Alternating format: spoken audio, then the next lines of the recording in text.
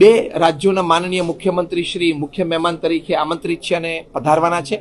ગુજરાત રાજ્યના માનનીય મુખ્યમંત્રી શ્રી ભૂપેન્દ્રભાઈ પટેલ અને મધ્યપ્રદેશ જ્યાં મહંત સ્વામી મહારાજનું જન્મસ્થાન જબલપુર છે ત્યાંના મુખ્યમંત્રી શ્રી ડૉક્ટર મોહન યાદવજી એ પણ પધારવાના છે. તો આ બંને ગરિમામય ઉપસ્થિતિ છે ત્યાં.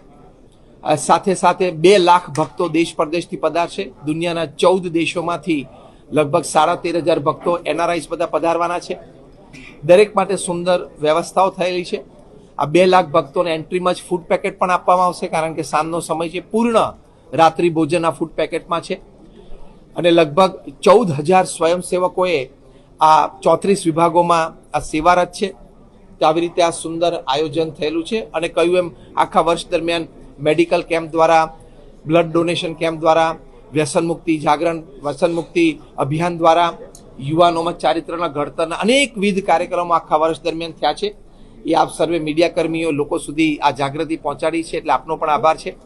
તો આવી રીતના આ કાર્યક્રમમાં 2 ફેબ્રુઆરીએ આપ સર્વે મીડિયાકર્મીઓના માધ્યમથી અમે તમામ વડોદરાવાસીઓ અને વડોદરા જિલ્લાના તમામ આસપાસના વિસ્તારોને ખૂબ પ્રેમભર્યું નિમંત્રણ પાઠવીએ છીએ કે આપ સર્વે ચોક્કસ પધારજો.